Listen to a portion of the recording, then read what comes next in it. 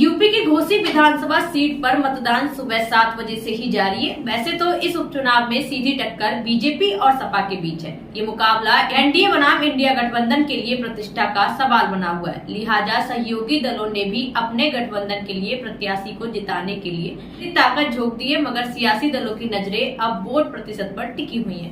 यानी उपचुनाव में कितने वोट पड़ते हैं, मतदाताओं का पोलिंग की तरफ रुझान ही काफी हद तक परिणामों की तस्वीर साफ कर देगा।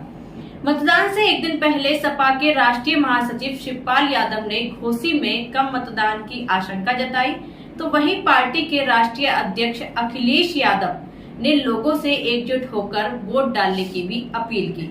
ऐसे में अब राजनीतिक दलों की नजरें वोट प्रतिशत पर टिकी हुई हैं। खासकर यूपी की पिछली विधानसभा और लोकसभा चुनावों का आकलन करें तो मतदान की स्थिति से भविष्य की तस्वीर काफी हद तक साफ की जा सकती है। इसमें कम वोटिंग सपा के लिए जहां नुकसानदायक साबित हो सकती है, वहीं एनडीए गठबंधन के लिए फायदे में रहेगा। ऐसे में पिछले चुनावों के अनुभवों से सपा को कम वोटिंग की चिंता सता रही है, मगर यह मतदाताओं के रुख पर निर्भर करता है कि वह उपचुनाव में कितनी सक्रिय भागीदारी निभाते हैं। 2022 के विधानसभा चुनाव में घोसी सीट पर 55% से ज्यादा मतदान हुआ था और सपा ने जीत हासिल की थी, लेकिन इस बार सुसपा के अलग हो जाने से सियासी समीकरण भी बदले हुए हैं। 50% से कम मतदान किसके लिए खतरे की घंटी है, आखिर ये बड़ा सवाल है। विधानसभा स्वार के उपचुनाव में 44.95% व 96 में 44.15% मतदान हुआ था। दोनों जगह सपा को हार का सामना करना पड़ा।